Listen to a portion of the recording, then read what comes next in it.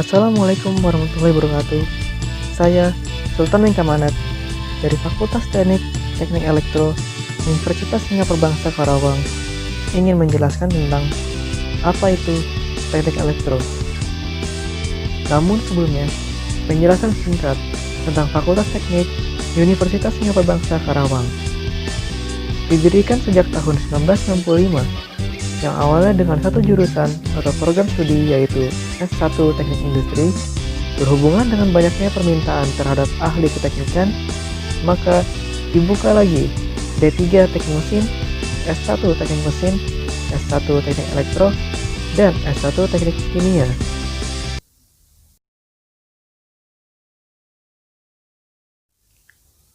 Teknik Elektro adalah program studi yang mempelajari dasar ilmu yang berhubungan dengan listrik dan sinyal, seperti ilmu telekomunikasi, kendali, komputer, elektronika, dan tenaga listrik, yang pada dasarnya berguna untuk perkembangan industri dan berguna untuk kebutuhan manusia dalam kegiatan sehari-hari. Istilah elektronika pada dasarnya berasal dari dua kata yaitu elektron dan mekanika, atau dalam bahasa Inggris electronics, yang berasal dari dua kata elektron dan mechanics, yang artinya adalah pergerakan aliran elektron. Pada dasarnya, teknik elektro mempelajari tentang dasar sirkuit elektronika, elektronika digital, sinyal elektronika, frekuensi radio, dan pembangkitan energi listrik. Dan arti elektronika juga sebenarnya memiliki arti yang sangat luas seiring dengan berkembangnya teknologi dan industri.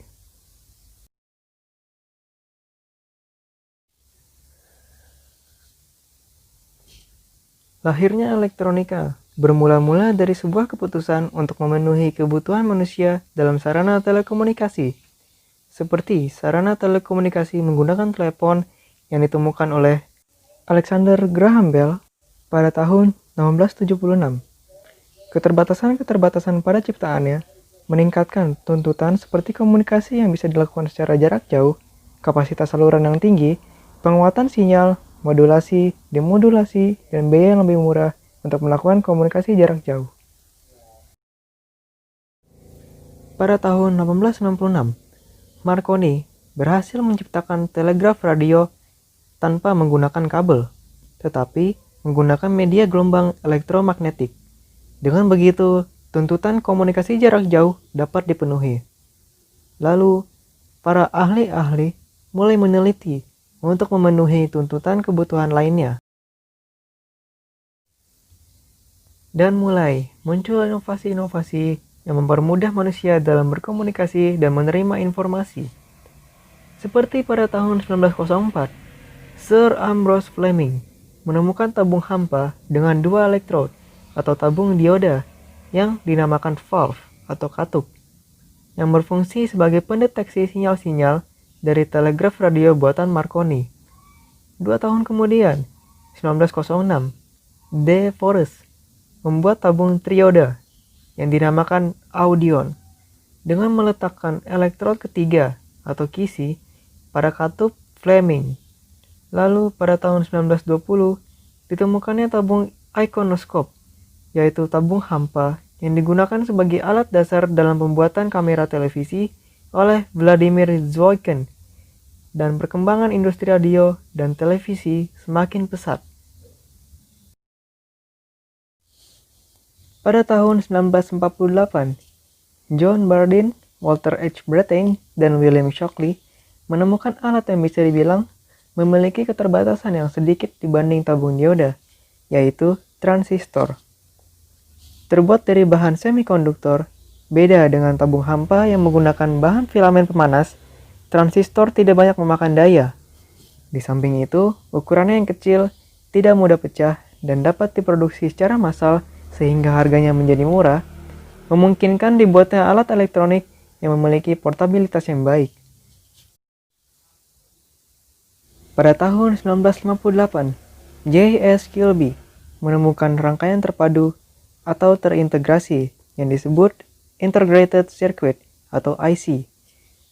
Suatu keping atau chip silikon tunggal yang di atasnya diletakkan rangkaian elektronika melalui proses teknik difusi dan pengendapan. Ukurannya kurang lebih bisa sampai 1 mm persegi. Lalu, pada tahun 1971, IC microprocessor dibuat oleh perusahaan elektronika Intel Incorporation Amerika Serikat yang berfungsi sebagai otak sebuah komputer untuk bekerja. Dan hingga sekarang, kecanggihan teknologi mulai dari yang besar hingga yang sangat kecil masih memukau bagaimana banyak fungsi elektronika yang dapat membantu kehidupan manusia.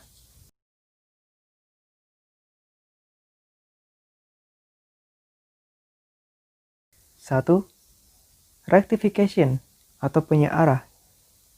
Rectification atau penyearah adalah fungsi perangkat elektronika yang dapat mengkonversi tegangan dan arus listrik AC atau arus bolak-balik menjadi tegangan dan arus listrik DC atau arus searah, seperti pencatu daya atau power supply, pengisi ulang baterai atau battery charger, DC generator, electroplating, dan lain-lainnya.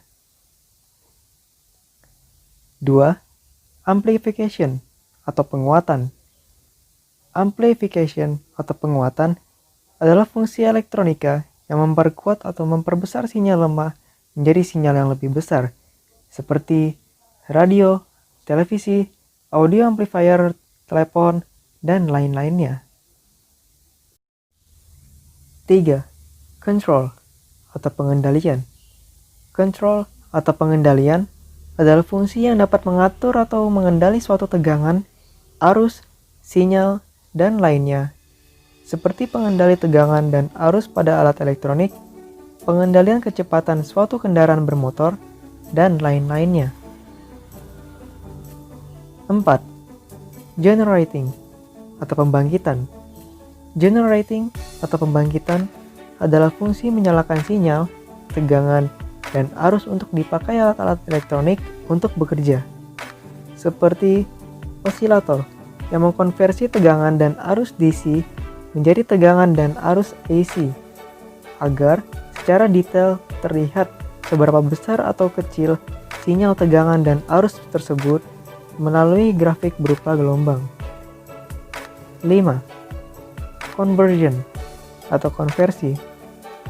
Conversion atau konversi adalah fungsi di mana sebuah perangkat elektronika dapat mengkonversi, bisa berupa sinyal, tegangan, arus, suara, dan suhu menjadi salah satu macam bentuk yang diinginkan, seperti listrik menjadi cahaya dan penggerak atau penghidup alat elektronik, sinyal listrik menjadi suara, cahaya menjadi listrik, dan lainnya.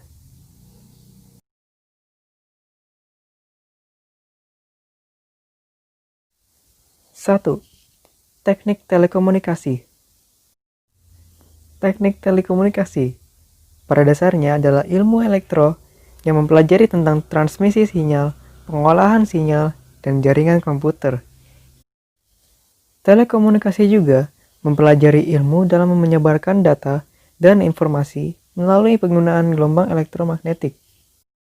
Materi umum perkuliahan yang dipelajari seperti kalkulus, fisika, algoritma dan pemrograman, rangkaian listrik aljabar linear, jaringan telekomunikasi dan sistem informasi, mikroprosesor, dan lainnya.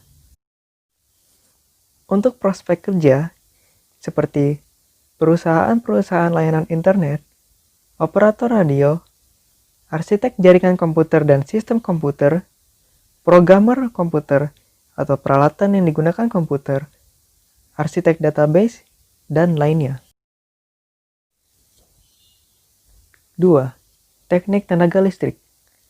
Teknik tenaga listrik pada dasarnya adalah ilmu teknik elektro yang mempelajari tentang pembangkit dan pengolahan tegangan dan arus listrik dan penyaluran listrik ke berbagai tempat.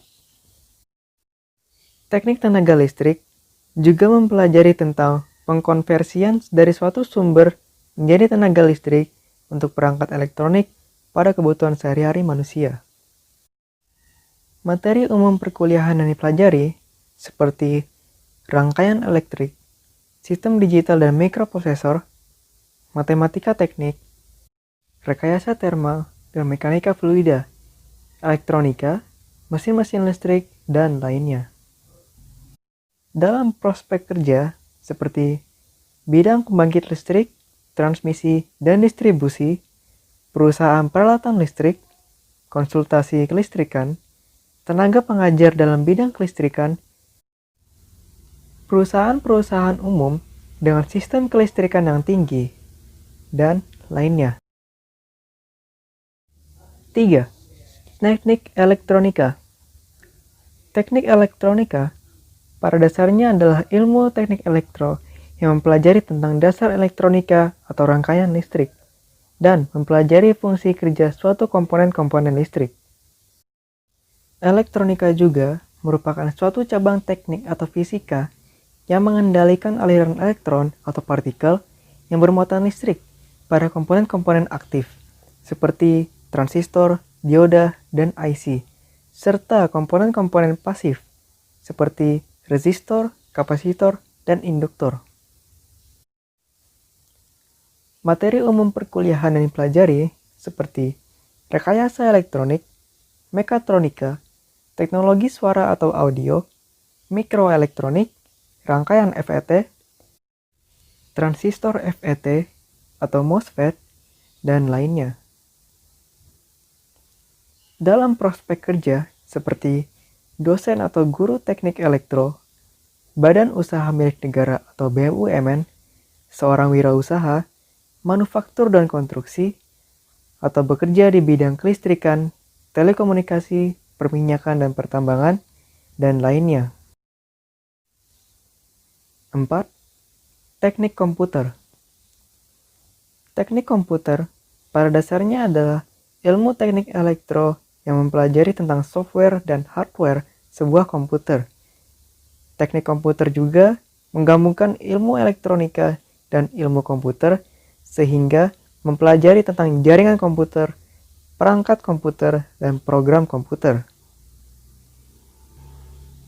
Materi umum perkuliahan seperti mikroprosesor, sistem programming, control system, mikrokomputer arsitektur, differential equation, operating system, dan lainnya. Dalam prospek kerja seperti programmer, teknisi komputer, freelancer atau pekerja lepas, konsultasi IT, dan badan usaha milik negara atau BUMN, dan lainnya. 5. Teknik kendali. Teknik kendali pada dasarnya adalah ilmu teknik elektro yang mempelajari tentang kendali instrumen industri, pengontrol aplikasi mesin, dan komputer dalam skala industri. Teknik kendali juga mempelajari dasar sistem kendali berupa sistem kendali umpan balik, model matematika, blok diagram, alih bentuk Laplace, fungsi alih dan stabilan. Teknik kendali juga mempelajari mengenai sensor, dasar pengendali robot, dan sistem terpendam atau embedded system. Materi umum perkuliahan yang dipelajari seperti linear diferensial, transformasi Laplace, model matematis, analisis dan perancangan sistem kendali, kestabilan sistem analisis kesalahan, metode tempat kedudukan akar, dan lainnya. Dalam prospek kerja seperti instrumentasi oil dan gas, teknisi sistem persinyalan kereta api, teknisi sistem kendali pesawat terbang, dan lainnya. Penerapan-penerapan teknik elektro. 1. Komunikasi dan hiburan seperti telepon kabel, ponsel atau smartphone, televisi, radio, audio dan video player, konsol game, dan komputer. 2. Pengendalian dan instrumen seperti kendali mesin dalam industri, inverter, converter, multimeter, osiloskop, generator sinyal. 3. Pertahanan dan keamanan, seperti radar, sonar, sistem inframerah, menara kontrol dan pengawas, pendeteksi asap, pesawat tempur, kapal perang, tank, komputer super, dan kapal selam. 4. Industri, seperti pengendali otomatis mesin dan robot, dan alat pengangkut beban berat. 5. Medis dan ilmiah, seperti penglihatan menembus tubuh atau X-ray, mesin pendeteksi gula darah, kolesterol, tekanan darah, dan suhu tubuh. 6.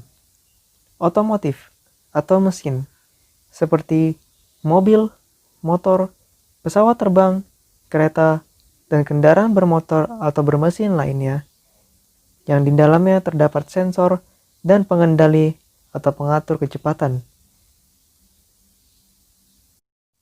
7.